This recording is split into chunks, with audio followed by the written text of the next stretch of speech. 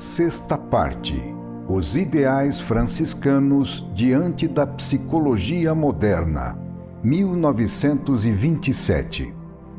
Seja-nos permitido falar de São Francisco, o Santo de Assis, não como fenômeno histórico ou religioso, mas unicamente como fenômeno espiritual, como fato psicológico. Falar daquilo que não é lenda, erudição ou culto, mas sim drama da alma, tremenda realidade interior, que transcende os limites do ambiente histórico no qual se manifestou.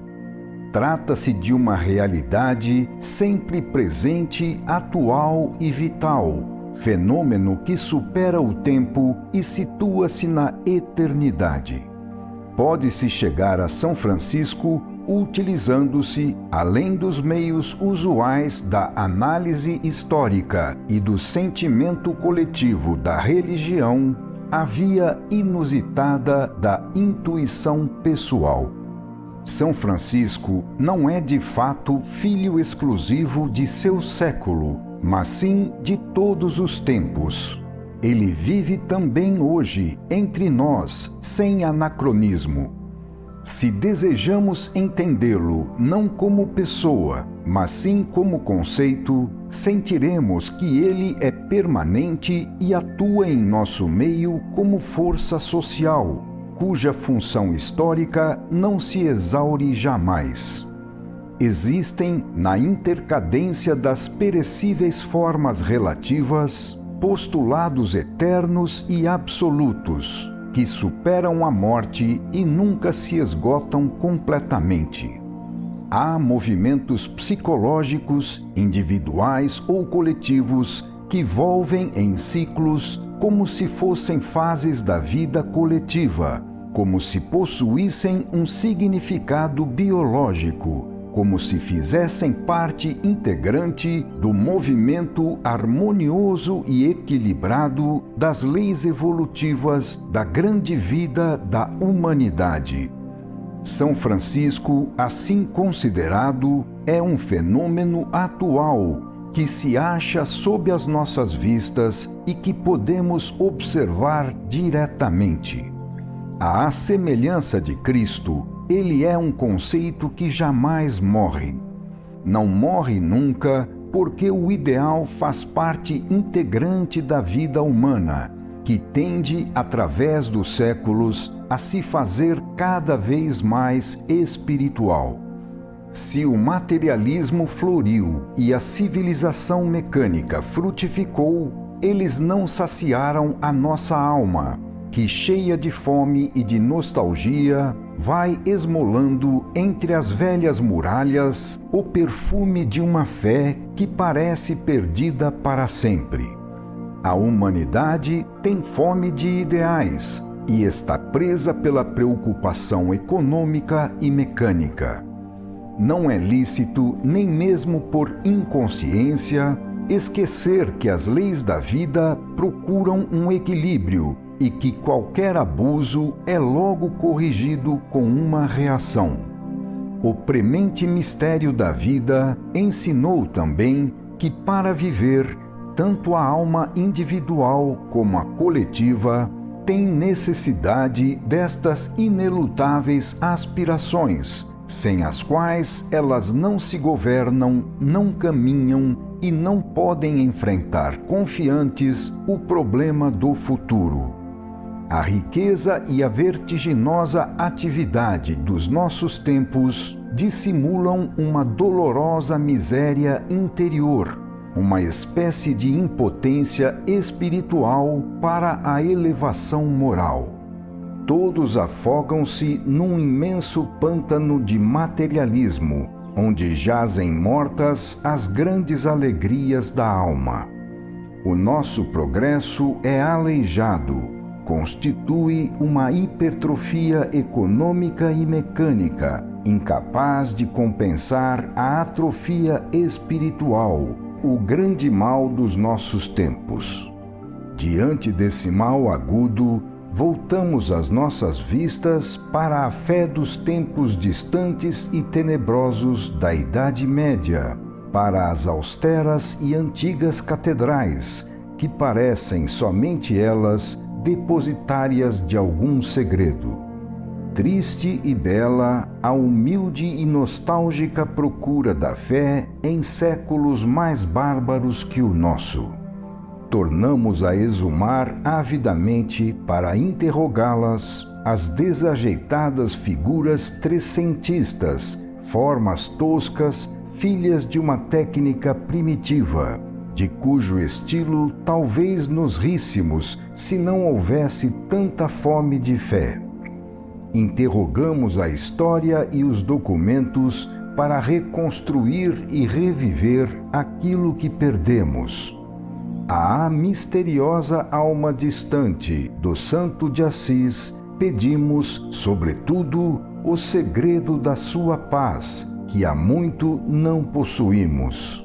A figura de São Francisco, assim concebida, não no limitado fundo histórico do seu século, mas sim no fundo apocalíptico da história da humanidade, é de uma grandiosidade imponente. Na intimidade desse fenômeno psicológico, sente-se o drama do espírito individualmente vivido, sobretudo pelo Santo de Assis, que num paroxismo de paixão, sozinho, elevou à onipotência a alma humana, fortalecendo a mente e o coração. Seja-nos permitido observá-lo como fato individual em seu primeiro e excelso representante, bem como nas tentativas e reproduções individuais dos sectários e imitadores. Permita-se nos perguntarmos, com aquela franqueza que os nossos tempos exigem, sem os ornamentos da retórica e o peso da erudição, que significado teria na alma do santo a sua psicologia de exceção e como o entenderá aquele que intente imitá-lo. A figura de São Francisco representa, por outro lado, um fenômeno psicológico coletivo. Transforma-se em conceito que supera o tempo e é sempre atual. Torna-se símbolo de ideias e tendências da sociedade humana, fazendo parte das leis do progresso. Em suma, constitui uma força biológica evolutiva na história da humanidade. Este exame será conduzido por meio de conceitos absolutamente modernos e científicos, tratando-o como fenômeno eterno e permanentemente verdadeiro, embora traduzido na linguagem diferente da psicologia moderna. Somente assim poderemos atingir o alvo por nós colimado, que é reviver na atualidade a palpitação de um fato distante, misturando o fenômeno psicológico da vida interior de um santo com a nossa vida interior, individual e coletiva. Para isto é necessário um trabalho de apuração. É preciso abolir por um momento os 7 séculos que nos distanciam do drama real, séculos que o observaram, interpretaram e sentiram diversamente. A nossa interpretação será mais rude, mais franca, porém, sem dúvida, mais profunda. O clarão rápido do gênio foi assimilado durante longos séculos pela alma coletiva. A tradição, a literatura e a religião, partindo de pontos de vista diferentes, construíram um edifício cujo peso a força de um só homem não poderia jamais suportar. Façamos por um momento uma abstração de tudo isto, porque o monumento grandioso e de imenso valor nos impede de ver a nudez do conceito originário, impede-nos de ver com nossos olhos, de sentirmos com a nossa alma e de julgarmos com a nossa mente, por inadaptação às necessidades dos nossos tempos. Se examinarmos a psicologia do Santo de Assis com um olhar mais penetrante do que o dos séculos passados, talvez sintamos em nossa própria alma o arrepio de um drama que, posto a nu, será 1000 vezes mais verdadeiro e maior. São Francisco não será um fenômeno histórico ultrapassado, mas constituirá um ser que vive conosco, palpitando com os tormentosos problemas da nossa alma e os resolvendo. Observemos a paradoxal negação dos instintos humanos, o radical transbordamento de valores que, seguindo as pegadas do Cristo, foi São Francisco. Aquilataremos então sua influência revolucionária nas almas individuais e na alma coletiva. Quando São Francisco, reeditando o Cristo, aconselhava a pobreza, a castidade e a obediência, ele punha neste ideal a negação absoluta dos instintos fundamentais da vida, instintos que não foram livremente inventados pelo homem para si, mas sim adquiridos por herança da longa evolução biológica. Trata-se de instintos naturais, estabelecidos por uma lei da natureza, constituindo culpas e baixezas das quais o homem deve se despojar para ascender. São Francisco substituiu por 3 renúncias, 3 votos, 3 negações, o programa da vida secular universalmente pregado em todos os tempos em nosso mundo. Por que tão radical e sistemática destruição da natureza humana? Podemos revogar, sejam elas quais forem, as leis da vida em nosso planeta?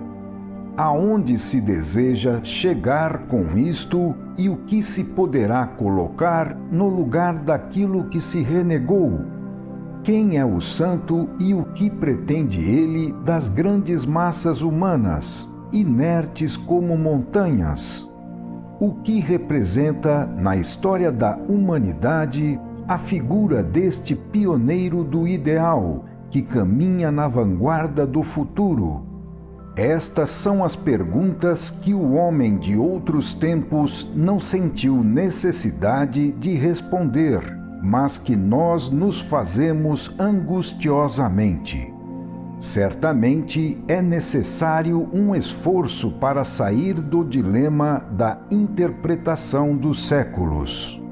A figura do santo forra-se da nebulosidade do misticismo e das concepções tradicionais da fé, distante da vida no mundo objetivo e positivo das leis biológicas.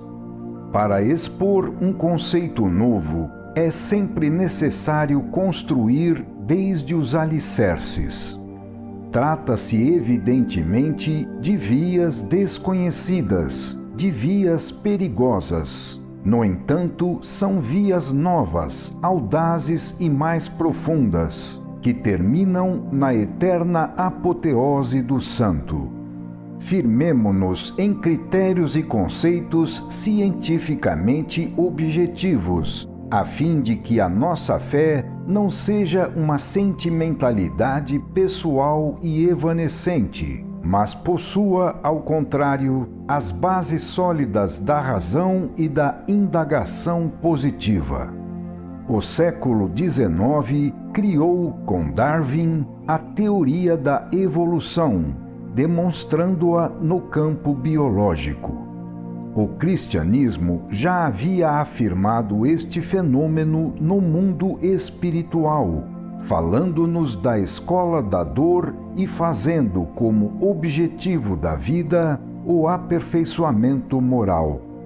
Os dois conceitos que no último meio século foram considerados opostos e inimigos, constituindo pomo de discórdia entre duas escolas de pensamento que se guerreavam, o materialismo e o espiritualismo, nada mais são do que o mesmo conceito de progresso, tão espontâneo e instintivo que se nos imprimiram no corpo e na alma.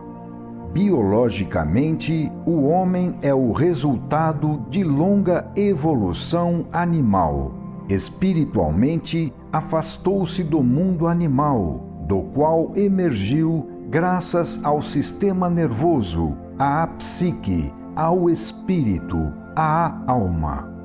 Compondo o quarto reino, depois do mineral, vegetal e animal, ele estabeleceu o reino espiritual, uma raça que possui em si o divino e que, embora ainda não emancipada da animalidade, luta desesperadamente todos os dias por esta emancipação, e somente por ela. Basta isto para integrar em nossa mentalidade científica a concepção do fenômeno da santidade. Ainda que pese a Lombroso ou à medicina moderna, o santo é um ser superior e não um anormal ou um doente às voltas com a neurose, não um expulso da vida, um pária diante da normalidade medíocre, vil e inepta, que se julga no direito de decretar as leis da conduta humana. Tal conceito é antivital, constituindo um monumento à imbecilidade humana. O santo é o supremo ideal, o pioneiro do futuro, uma antecipação no tempo, uma perfeição ainda não alcançada pela mediocridade humana, mas somente pelos maravilhosos e singulares seres de exceção, já no ápice da escala evolutiva.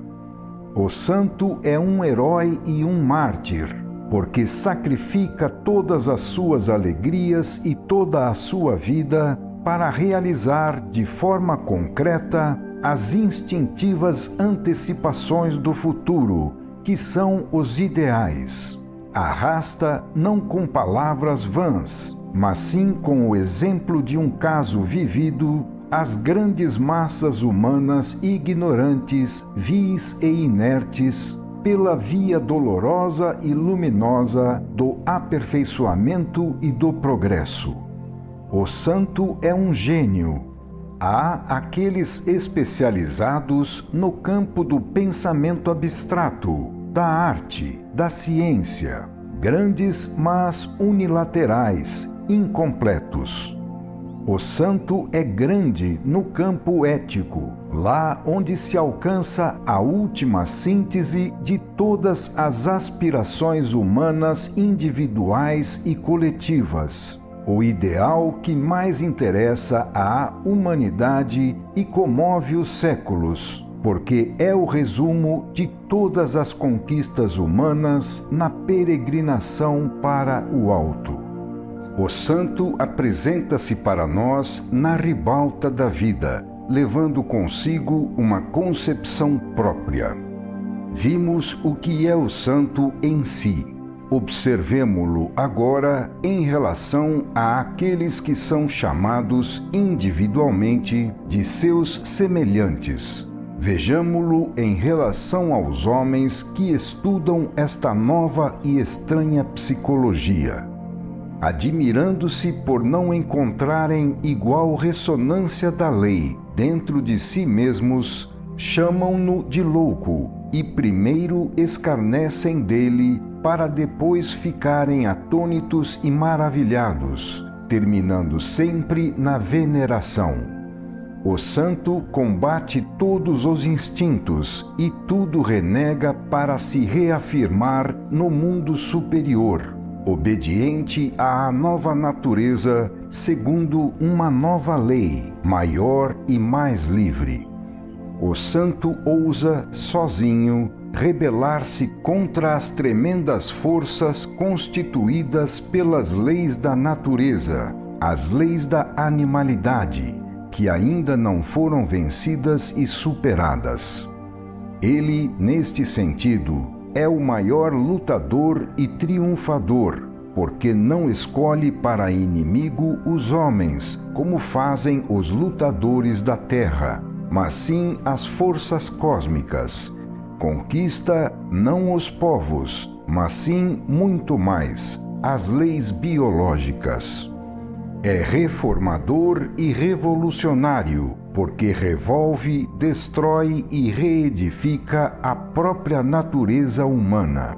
É o libertador no sentido biológico, o único verdadeiro.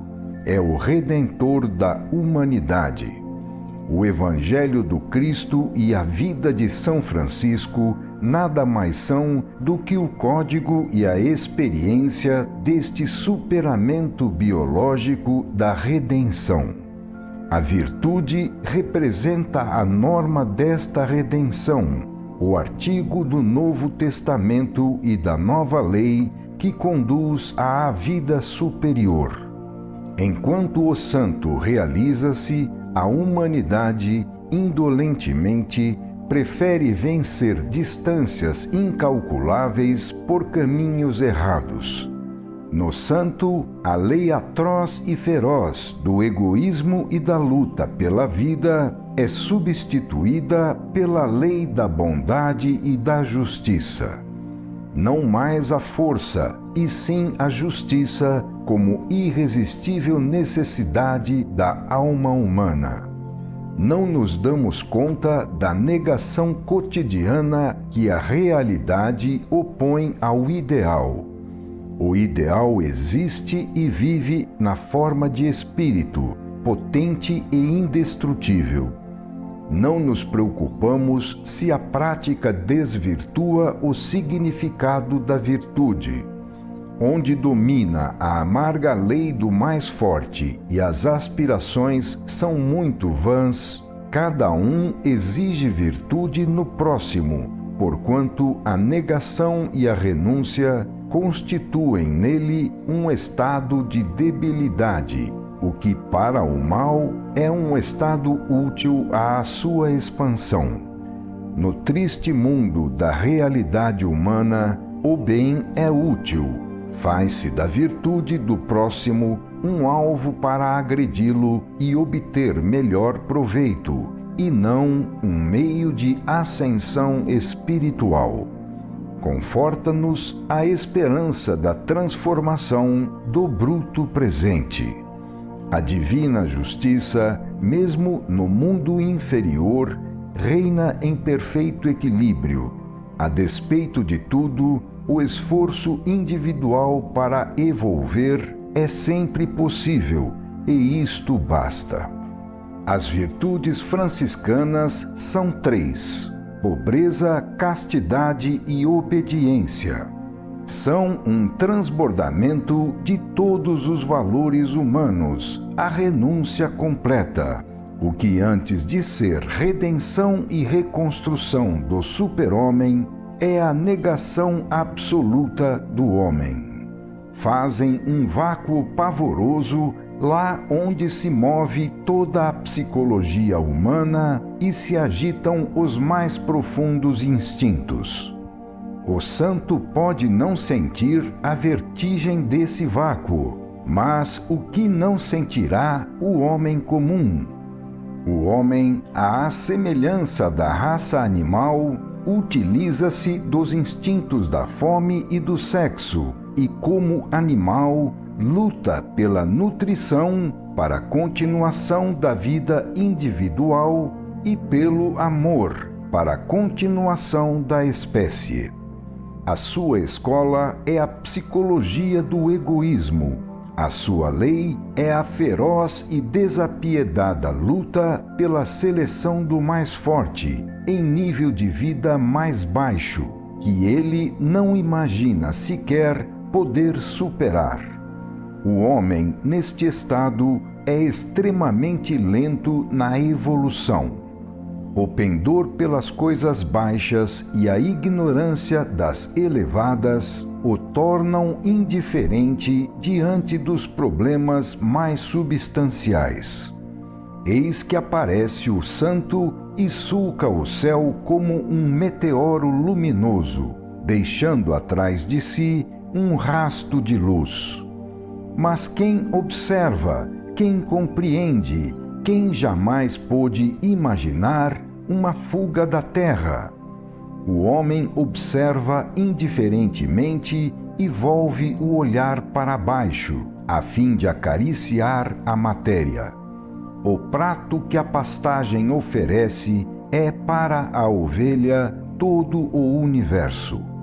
Então entra em cena a dor, porque no equilíbrio da vida necessitávamos de uma força capaz de impulsionar a elevação humana.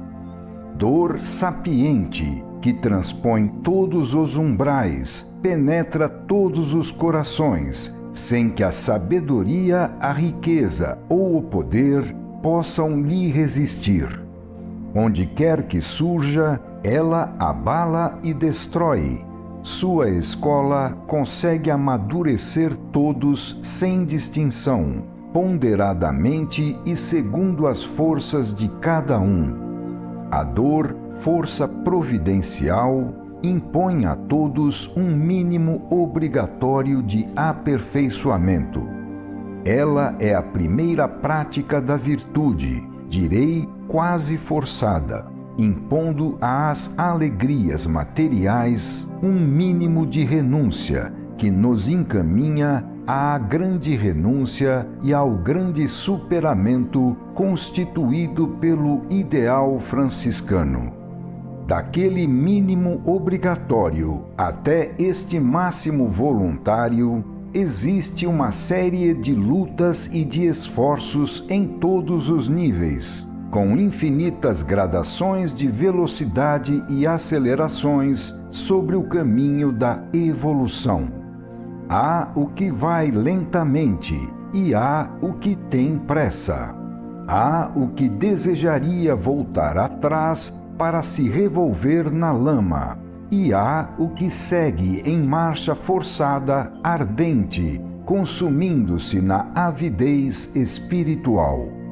Alguns aspiram tanto ao alto que chegam quase a forçar as leis da vida para chegar logo.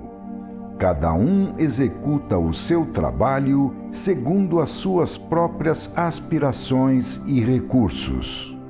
Observemos por um instante a fatigante ascensão do homem, curvado sob o peso da própria evolução. O espetáculo desta pobre raça humana, que assediada por milhares de necessidades, atormentada pelos próprios instintos inferiores e sujeita a uma implacável lei de feroz vigilância, deve por isso mesmo purificar-se, inspira algumas vezes sincera piedade. Constrangido pela dor, o homem deve se separar das tantas alegrias que em suas mãos tornam-se ilusões. Deve se elevar, percorrendo de novo a via de glória, perdida num átimo de rebelião, tal qual o anjo soberbo no longo caminho dos milênios. Que atroz condenação ter na pupila o sonho de uma felicidade completa e senti-la sempre imensamente distante. São Francisco, assim como Cristo, deseja auxiliar a humanidade, a fim de elevá-la à redenção, e faz isso porque tem não apenas conhecimento da distância que separa o ideal da realidade, mas também consciência do imenso esforço requerido ao homem tal como ele é.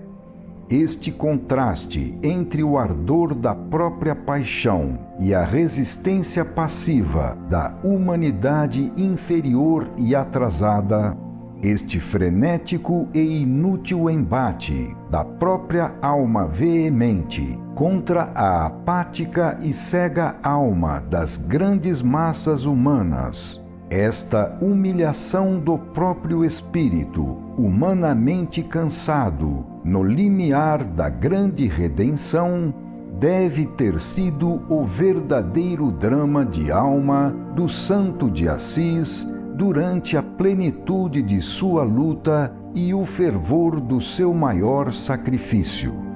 Somente quem viveu tais conceitos e bradou ao vento, inutilmente, o grito de uma grande paixão incompreendida, pode conhecer a razão e sentir a impressão causada pelo drama espiritual há 7 séculos distante de nós. A distância que efetivamente existe entre a psicologia franciscana, cuja finalidade é ensinar ao homem a conquista de si mesmo, e a psicologia corrente, é tão enorme que faz a psicologia franciscana parecer utopia, tal o contraste que separa as duas. Podemos, todavia, perguntar o que representa a psicologia comum para se arrogar o direito de infalibilidade somente por ser produto da maioria. Podemos perguntar ainda se os seus conceitos não são, ao invés, muito relativos e discutíveis, ou pior, se não são, deveras, a codificação de instintos atrasados, uma norma de vida pouco nobre que somente o baixo nível de vida do homem pode considerar conveniente. No entanto, todos duvidam disto e se entregam ao ceticismo, hoje em moda, destruindo a fé íntima para cair no vazio. Invade-nos, então, o terror do vazio e a necessidade de nos modificarmos. Permanecemos inertes e vencidos, a olhar de longe, desanimados, a rocha inacessível da santidade.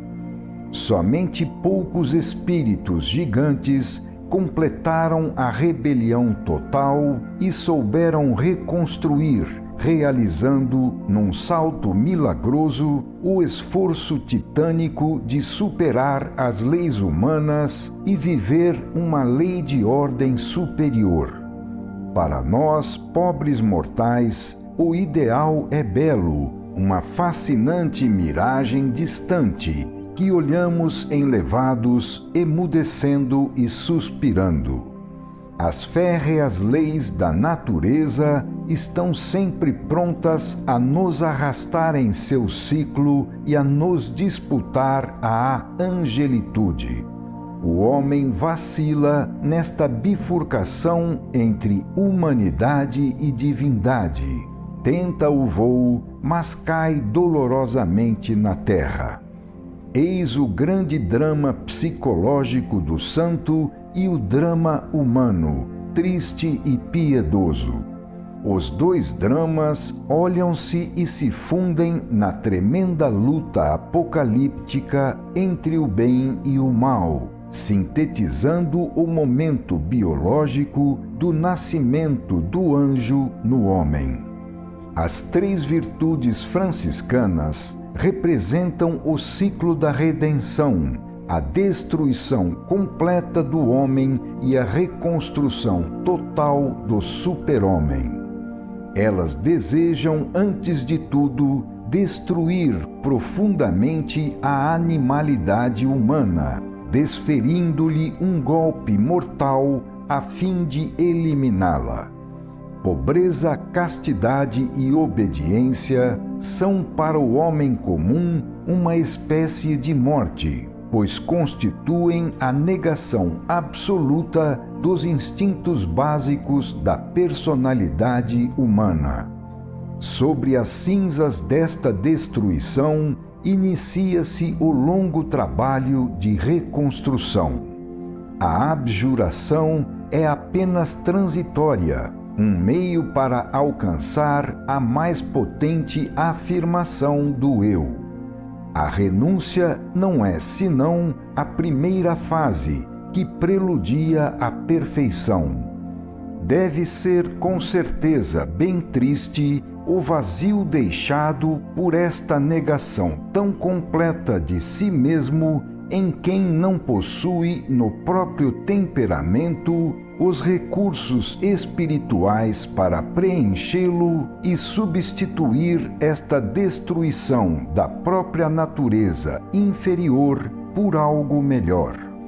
Destruir sem saber reconstruir é criar dentro de si um vácuo triste como a morte, que será ainda mais pavoroso se tentarmos preenchê-lo com os mesmos instintos sobreviventes adaptados pela hipocrisia.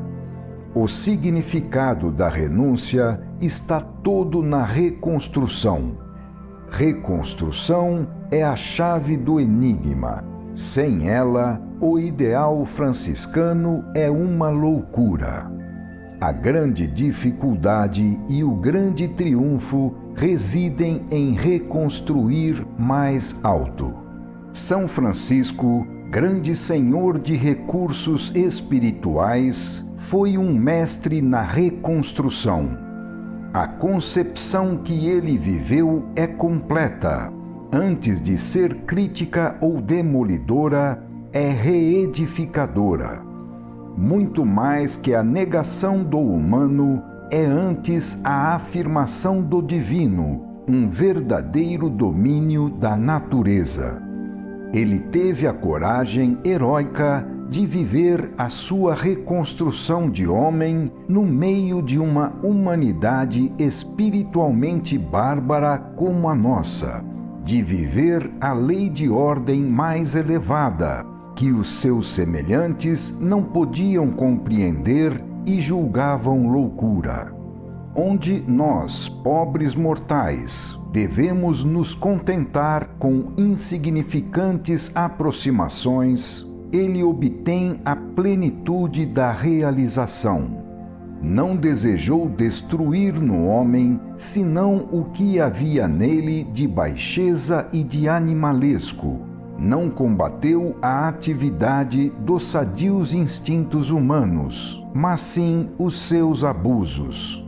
Não perdeu jamais de vista o objetivo principal, que é a reconstrução de um homem melhor. Combateu o amor, mas apenas na sua mais baixa forma de sensualidade, deixando-o sobreviver e até mesmo o fomentando como ímpeto de altruísmo em relação ao próximo, como ímpeto de alma para Deus. Combateu do mesmo modo a riqueza e a propriedade no seu sentido de cobiça, de avidez, como fontes de tantos ódios e de tantas dores, mas jamais no sentido de trabalho. Desejou, antes de tudo, a atividade fecunda e depois a distribuição dos bens com probidade e altruísmo. Contrariou desta maneira a expansão da personalidade humana somente no seu aspecto inferior de orgulho, de violência, de avidez por domínio, deixando-lhe em compensação uma afirmação muito maior e mais completa no campo do espírito. Desejou, em suma, a transfiguração do homem. Eis a importância individual e o significado de cada uma das virtudes franciscanas.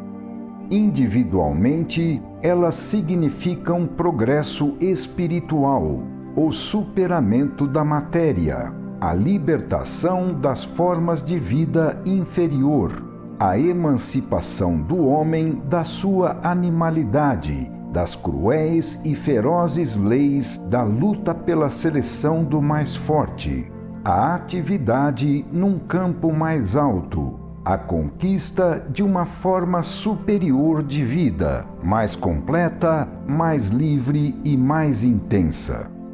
Os ideais franciscanos auxiliam a alma humana a sair da sua crisálida de animalidade, onde ela se encontra presa, debatendo-se dolorosamente, e a guiam para o único e real progresso, que tende para aquela felicidade superior, alcançada somente depois de se dominar as forças inferiores para uso e gozo de uma consciência mais vasta e de uma paz mais profunda. Tudo o que age no indivíduo não deixa também de produzir suas repercussões no caráter coletivo. O benefício dos ideais franciscanos é grande até mesmo no campo social. As verdadeiras revoluções são as que partem do coração de cada um, as que atingem a substância e deslocam a posição da alma individual, as que representam a soma da mudança íntima de cada indivíduo. Para reedificar a coletividade, é preciso antes reedificar o homem. Quão maravilhosa sociedade seria aquela em que o indivíduo fosse moralmente bem mais forte. Participamos de uma grei que não pode oferecer nenhuma segurança à alegria e nenhuma confiança à felicidade. Uma legalidade forçada, mais repressiva do que preventiva, não pode, senão relativamente, dominar a alma humana, onde está a fonte do bem e do mal. O indivíduo nada mais possui como defesa contra todos, senão o emprego das próprias energias para guerrear. Um instante de fraqueza pode fazê-lo perder, tornando tudo sujeito às contingências da vida. Onde não há segurança, que bem pode ter valor? Eis a revolta do santo. Sabendo que unicamente o amor ao próximo valoriza todas as lindas e infinitas maravilhas da terra, ele nos move para a conquista deste amor, base principal da estrutura social e condição imprescindível para existir um verdadeiro organismo coletivo. Temos então, no Santo de Assis, o primeiro cavaleiro armado pelo amor, encabeçando uma nova cruzada, na qual o lema é a fraternidade, para lutar contra o interesse, o egoísmo, a traição humana e tudo aquilo que constitui força desagregante da sociedade. Ao lado do santo, o quadro de uma sociedade fundada sobre princípios diferentes, o sonho realizado. O primeiro clarão interior é a necessidade de ser pobre, a necessidade de morrer também de fome para não ficar preso como escravo na engrenagem das atrações humanas. O trabalhador do ideal, livre, afasta-se dos profanos, dos interesseiros, dos negocistas, dos produtores de dinheiro, que atropelam porque não veem as delicadíssimas flores do pensamento e do sentimento. A necessidade de afastar de si a triste população agressiva e sem escrúpulos impõe-se ao homem idealista para que ele possa dar o fruto de sua vida. Amadurecido pelos tormentos, ele é um fruto que a humanidade colheu sem pagar, ou pagou somente com a glória póstuma. A grande batalha tem início contra a própria natureza humana e contra a psicologia coletiva, por meio de um exemplo concreto, uma realização vivida pelo ideal. O mundo, a princípio, olha, depois despreza, e em seguida, lentamente, compreende, liberta-se e, por fim, prepara-se para seguir o exemplo. Esta assimilação do ideal por parte da alma coletiva é uma prolongada luta secular, porque se traduz numa cadeia de grandes homens que se dão as mãos e se sucedem, traçando a estrada. Há uma série de tentativas e de esforços que a humanidade faz para concretizar o pensamento lenta e arduamente até a realização completa. A vitória pertencerá à humanidade futura. São Francisco é ainda hoje o símbolo da sociedade em formação, representando uma tendência, uma esperança, uma expectativa, um trabalho a cumprir. Neste sentido, ele está vivo ainda hoje, como estará sempre entre os homens. Pobreza é a virtude que tende a eliminar da alma humana, onde se encontram as suas raízes, a rivalidade entre ricos e pobres, estimuladoras de tantos estudos, de tantas tentativas de reformas econômicas, de tantas lutas políticas ineficazes e estéreis. A pobreza franciscana é, antes de tudo, um ensinamento de renúncia aos ricos, para o uso parcimonioso dos próprios bens e não abusivo. Aos pobres, que nada mais são do que ricos sem dinheiro, aconselha igual renúncia. Não apenas nenhuma inveja, mas também muita paciência nas privações. Ensina a ambos a vitória sobre a avidez, pela qual eles são separados e armados uns contra os outros com tanto dano comum. Pede a abdicação dos baixos apetites e a formação de valores mais elevados, que alimentam, saciam e são gratuitos. Advoga a destruição de uma fome vulgar e a geração de um desejo mais nobre, possível de ser saciado. Castidade é a virtude que tende a suprimir da alma humana os mais degradantes instintos, eliminando a explosão cega das forças naturais e tudo o que nivela o homem à besta. A castidade franciscana é, antes de tudo, castidade no espírito, que confere ao indivíduo a posse de si mesmo, o domínio sobre as leis da natureza, o uso inteligente das forças biológicas. Esta virtude não propende à destruição do amor, porquanto este é a grande força de coesão que domina o universo.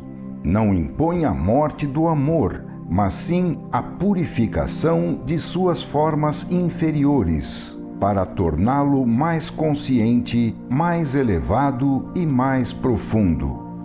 Assim, o amor perde a significação de função animal com objetivo de reprodução, como ato individual de expansão egoística, para ser um ato consciente das finalidades da raça, consciente das exigências da coletividade, tornando-se um amor disciplinado, moral e subordinado a ideais superiores. Sublimá-lo significa ainda mais. Significa consciência das necessidades e das exigências alheias, respeito pela liberdade do vizinho, altruísmo, amor ao próximo, fraternidade, coordenação da atividade individual. Eis o milagre da evolução do amor, força imensa de coesão social. Mas isto não basta.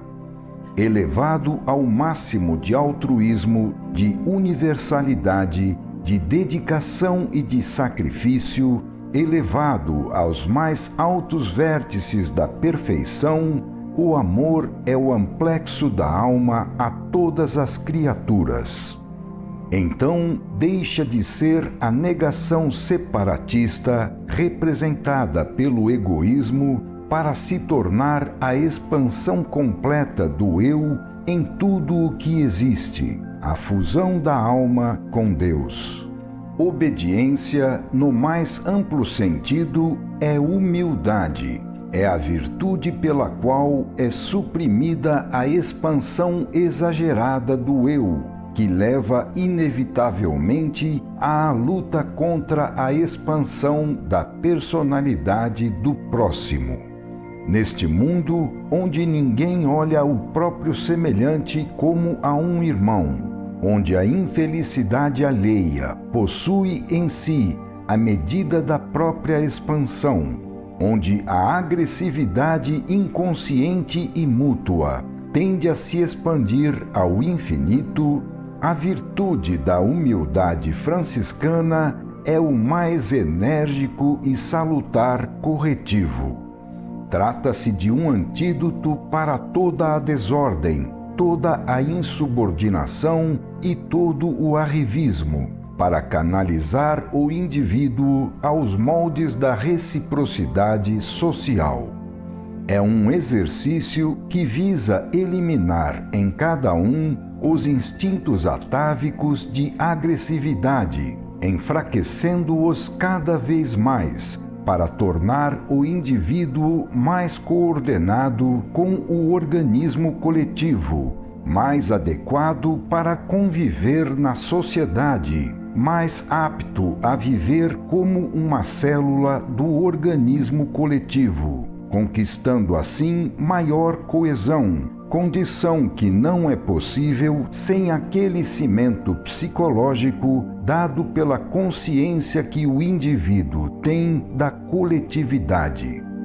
Apenas a superior virtude franciscana pode nos dar a subordinação do eu ao todo, a extinção do fermento desagregante do egoísmo e a realização de uma consciência coletiva. Um sistema não mais de agressão, e sim de coordenação, que é condição indispensável ao progresso social. Eis o grande mérito das virtudes franciscanas na coletividade. Todas elas tendem ao mesmo fim, a formação de uma mais harmoniosa e elevada estrutura social. Elas, antes de tudo, agem sobre o homem, melhorando-o, transformando-o em cidadão de crescente dignidade para uma sociedade mais digna. Agem desta maneira também sobre a coletividade, transformando-se em força de progresso social. O indivíduo, por sua vez, encontrará sempre mais facilmente a posição que corresponde às suas próprias necessidades e ao valor intrínseco que ele representa, o que significa uma porção sempre maior de felicidade. As virtudes franciscanas, como tudo o que é progresso, conduzem à realização deste grande sonho humano, a felicidade. É consolador, diante da dolorosa realidade da vida, considerar esta concepção de uma humanidade superior, bem mais civilizada e bem mais consciente, dona de si mesma e das forças que contém. Jamais devemos ser pessimistas, pois o fato de que a vida é um organismo complexo, funcionando sabiamente, alimenta-nos a esperança de ver realizada aquela concepção. A humanidade pode e deseja subir. As leis biológicas o exigem. Havemos de subir com ou sem São Francisco, em obediência às inflexíveis leis da vida. Em qualquer estado social, em qualquer momento histórico, agora e sempre, somente nos elevaremos através da experiência das virtudes franciscanas a nós legadas. Acabamos de analisar os ideais franciscanos de aperfeiçoamento moral sob o ponto de vista individual e social, interpretando, através da nossa mentalidade moderna, a sua grande psicologia de exceção, na qual encontramos uma afirmação lógica, racional e profunda. Repousemos a nossa mente na contemplação da sua grande beleza moral, como uma criação estética completa do Cristo, ignorada pelo requinte grego. São Francisco é uma figura maravilhosamente complexa, figura que resume em si todo o homem, feito de pensamento e sentimento, de cérebro e coração. Observemo-lo com aquela paixão e aquela pureza próprias das almas simples. São Francisco é mente, São Francisco é coração, é profundeza de conceito, é intensidade de paixão. Ele é a grandeza completa. Não é, como muitos gênios, unilateral e hipertrófico no intelecto ou no sentimento. O pensamento é luz fria que pode iluminar esplendidamente a estrada, mas sozinho opera sem o calor do sentimento, que reconforta, aquece e consola. São Francisco é intelecto. O seu idílio, o seu sonho, a sua paixão são baseados numa concepção profunda, potente, audaciosamente projetada no tempo. Ele foi, acima de tudo, um grande pensador, precisamente porque não se estendeu pelas vias da análise, mas alcançou tudo rapidamente pela intuição. Foi um prodígio do pensamento justamente porque apanhou as conclusões num átimo. Das mesmas conclusões que a ciência moderna tarda muito para alcançar, ele nos deu a síntese no início de sua vida. Para o exercício de suas elevadas missões, os santos, que são os trabalhadores do ideal, devem possuir, ao contrário da nossa ciência, a segurança e a rapidez das conclusões. A sabedoria da intuição é a sabedoria simples e profunda das grandes almas, que resolve inocentemente e com a simplicidade de uma criança os maiores problemas da vida, diante dos quais a ciência se cala e o homem abaixa a cabeça desanimado. É grandioso agir desta maneira, sem ostentação e sem erudição, humildemente e quase despercebido ao enfrentar os problemas mais altos e mais profundos.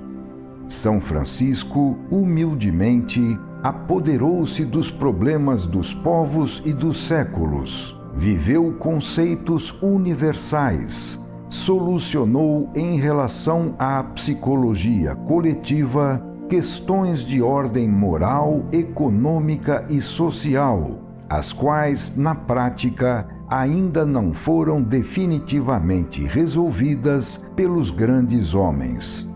Tudo isto São Francisco viu e sentiu, tendo-nos brindado com as suas conclusões, as quais, sobretudo, foram por ele vividas. São Francisco é coração. Muito mais do que um grande conceito, ele é uma grande paixão. O trabalho do cérebro precedeu claramente ao do coração, especialmente no período juvenil da crise psicológica. Foi um trabalho intuitivo, rápido e conclusivo, uma breve síntese posta à frente de uma vida de realizações.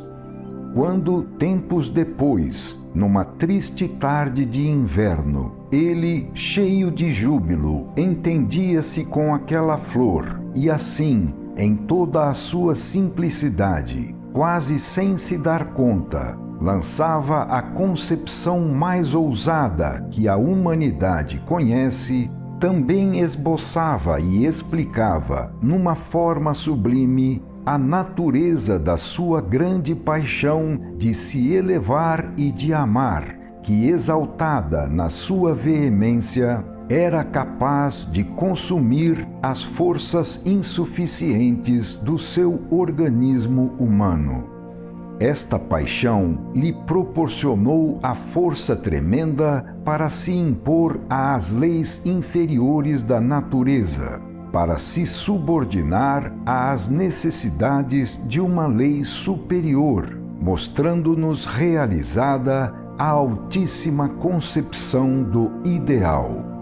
Esta paixão o fez viver e morrer, proporcionou-lhe o frenesi de se elevar, tornou-o santo no sofrimento e o fez triunfar da dor, o grande terror dos homens, para depois consumir e destruir seu débil arcabouço humano. Ele andou sempre a cantar o seu sofrimento interior na forma mais doce e mais gentil de sua primorosa sensibilidade. Perfez a sua vida dolorosa em nossa terra, cantando sempre. A sua paixão era amor. Quando o amor é muito grande, as formas humanas não lhe bastam mais. Então a alma rejeita com repugnância o ponto de vista comum, que não mais satisfaz. Tal amor procura abraçar todas as criaturas, mesmo o bruto e até o inimigo. Esforça-se por achar alegrias mais profundas, buscando uma união que somente pode ser completa se existir no amplexo supremo da alma com Deus. São Francisco levou sempre consigo este amor tão vasto e tão novo, padecendo e esmolando de porta em porta um pedaço de pão. Não sentia, todavia, fome de pão, mas sim do amor puro e verdadeiro da alma, que para ele existia em pequena dose sobre a terra. Viveu com a sua paixão num mundo repleto de ódios e cobiças, tão diferente das necessidades da sua alma, que num dia de sua juventude deve lhe ter se afigurado venenoso ou envenenado. Viveu num mundo frio e hostil, que não oferecia nenhuma oportunidade aos seus desejos mais ardentes. Mundo divorciado dele e incompreensivo, onde todos encontram facilmente apenas a si mesmos. Neste mundo não lhe restava outro trabalho a não ser o heroísmo do sacrifício, faminto de amor, com o qual revestia cada ato de sua vida, ele o implorava humildemente por esmola. Vestindo-se de pobreza, nutriu-se de renúncia até a apoteose do alverne e ao sacrifício da vida, até a extrema abnegação e a máxima doação de si mesmo em êxtase sublime no amplexo sobre-humano em que a alma se funde com Deus.